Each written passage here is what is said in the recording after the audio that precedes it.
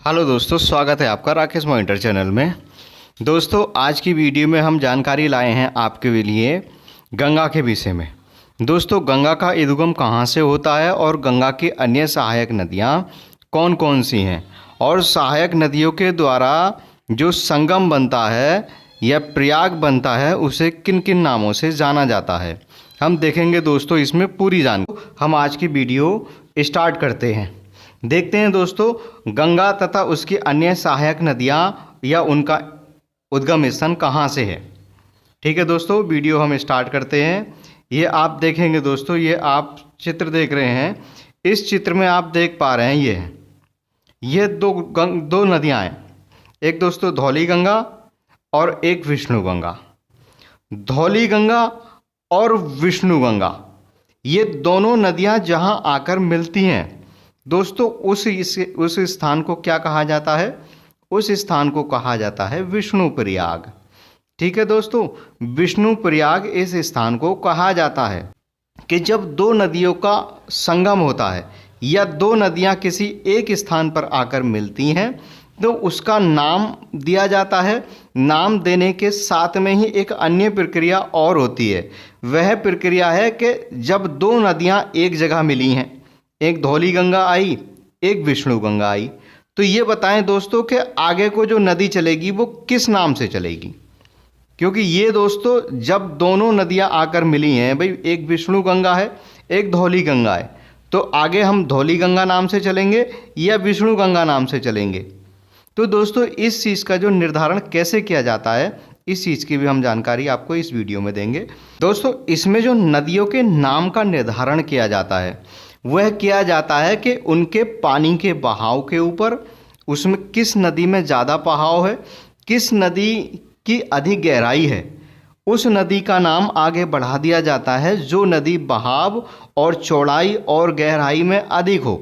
परंतु दोस्तों एक समस्या यहाँ यही हो जाती है कि यदि दोनों नदियाँ बराबर हों, दोस्तों अगर यह नदी भी बराबर हो और यह नदी भी बराबर हो चौड़ाई में, बहाव में और गहराई में, तब समस्या ये आ जाती है भाई किस नदी का नाम आगे बढ़ाया जाए। तब क्या होता है कि भूवैज्ञानिकों के द्वारा इसके नए नाम का निर्धारण किया जाता है। दोस्तों धौली गंगा और विष्णु गंगा दोनों नदियां लगभग समान हैं, हर विषय में समान हैं, और जब वो विष्णु प्रयाग में आकर मिलती हैं तब उसका एक नया नाम दोस्तों आगे शुरू होता है। दोस्तों ये हमने हरे रंग से इस नदी को दर्शाया है। दोस्तों आप यहाँ से यहाँ तक आप देख सकते हैं कि यहाँ से यहाँ तक देव प्रयाग तक इस नदी को जो कहा जाता है वो दोस्तों अलकनंदा कहा जाता है। दोस्तों यह आप ध्यान रखेंगे, इस नदी को अलकनंदा कहा जाता है, और अलकनंदा कहाँ तक कहा जाएगा ये भी हम आगे इस वीडियो में आपको जानकारी देंगे। आप इस वीडियो को दोस्तों अंत तक देखें और स्किप बिल्कुल भी ना करें दोस्तों, और वीडियो आपको अच्छी लगे तो लाइक और दोस्तों शेयर ज़रूर करें इस वीडियो को।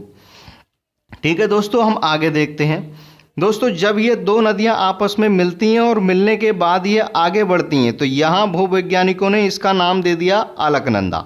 तो दोस्तों ये अलकनंदा के नाम से यहाँ तक बहती है, परंतु एक नदी और आकर यहाँ मिलती है। आप देखेंगे दोस्तों ये नदी आ रही है और इस नदी का नाम है नंदाकिनी।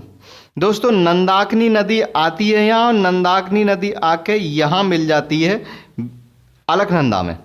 जब नंदाकिनी नदी अलकनंदा में मिल जाती है तो दोस्तों यहाँ एक प्रयाग बनता है, या जिसे हम संगम कहते हैं वो बनता है, और उस संगम का नाम दिया जाता है नंद प्रयाग।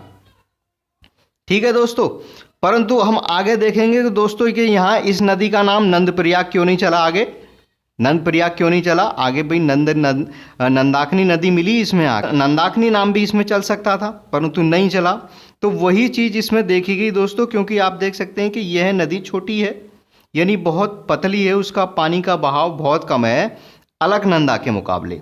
तो जो नदी बड़ी और गहरी और पानी के बहाव में अधिक होती है उस नदी का नाम ही आगे बढ़ेगा। तो यहाँ जब संगम हुआ तो संगम के बाद जो नदी आगे बढ़ेगी वो अलकनंदा के नाम से बढ़ेगी, क्योंकि दोस्तों जो अलकनंदा नदी है वो बड़ी है नंदाकिनी से। तो इस प्रकार से दोस्तों अलकनंदा नदी आगे बढ़ते बढ़कर दोस्तों एक नदी और इसमें आकर मिलती है। वो कौन सी नदी है दोस्तों? वह है पिंडार नदी। आप देख रहे हैं दोस्तों, यह पिंडार नदी यहाँ से शुरू होती है और दोस्तों यहाँ आकर इस अलकनंदा नदी में मिल जाती है।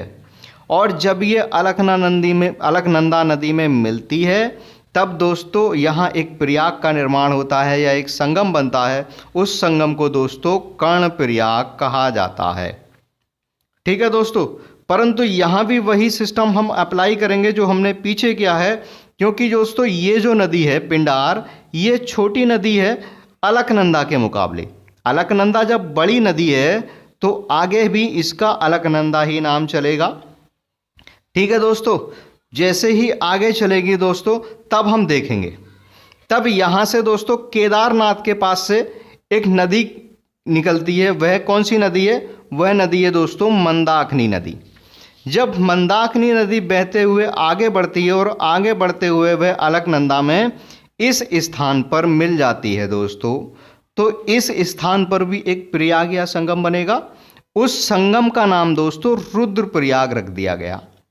इस प्रकार से दोस्तों आप देख सकते हैं विष्णु प्रयाग, नंद प्रयाग, कर्ण प्रयाग और रुद्रप्रयाग, ये 4 नामों के निर्धारण हो चुके हैं या 4 प्रयाग बन चुके हैं। दोस्तों यहाँ 5 प्रयाग आते हैं। एक प्रयाग आप देख सकते हैं दोस्तों देव प्रयाग, वो भी हम आगे बता रहे हैं आपको। यहाँ भी दोस्तों देख सकते हैं जो हमारी अलकनंदा नदी है वो अलकनंदा नदी बड़ी है मंदाकिनी से, तो जब यहाँ आकर मिलेगी, ये नदी छोटी है और यह नदी बड़ी है, तो बड़ी नदी का ही नाम आगे चलेगा, छोटी नदी वहीं समाप्त हो जाएगी। ठीक है दोस्तों, जब हम इस प्रकार इस वीडियो में आगे बढ़ेंगे और देखेंगे दोस्तों आगे, इसमें देखेंगे दोस्तों एक जो सबसे महत्वपूर्ण नदी मानी जाती है दोस्तों, इसका जो उद्गम स्थल है वो उत्तर काशी के पास गंगोत्री नामक स्थान से है। और दोस्तों भागीरथी नदी को ही हम गंगा नदी के नाम से जानते हैं।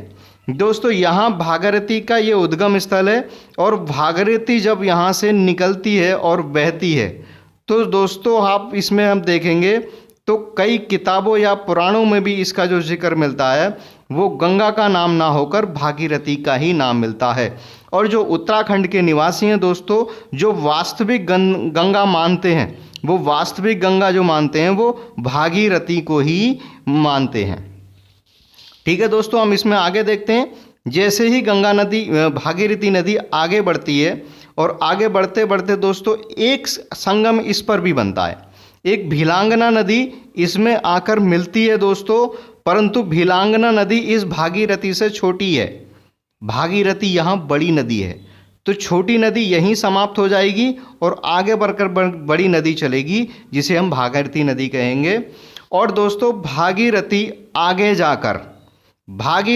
आगे जाकर जब अलकनंदा में मिलेगी तो आप देख सकते हैं दोस्तों यहाँ हमने जो चित्र बनाया है वो इसी हिसाब से बनाया है समझाने के लिए, ताकि आपके समझ में काफ़ी अच्छी तरह से आ सके। यहाँ आप देखेंगे दोस्तों कि इस नदी का चौड़ाव और इस नदी की चौड़ाई लगभग बराबर है, बिल्कुल लगभग बराबर है।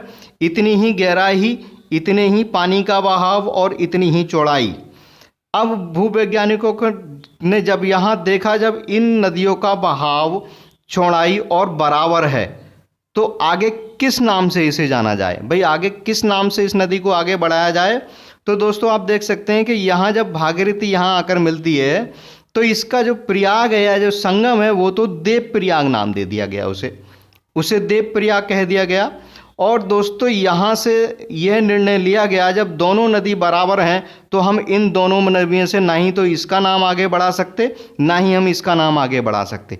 दोस्तों आगे एक नया नाम दे दिया गया जिसे हम गंगा नदी के नाम से जानते हैं दोस्तों।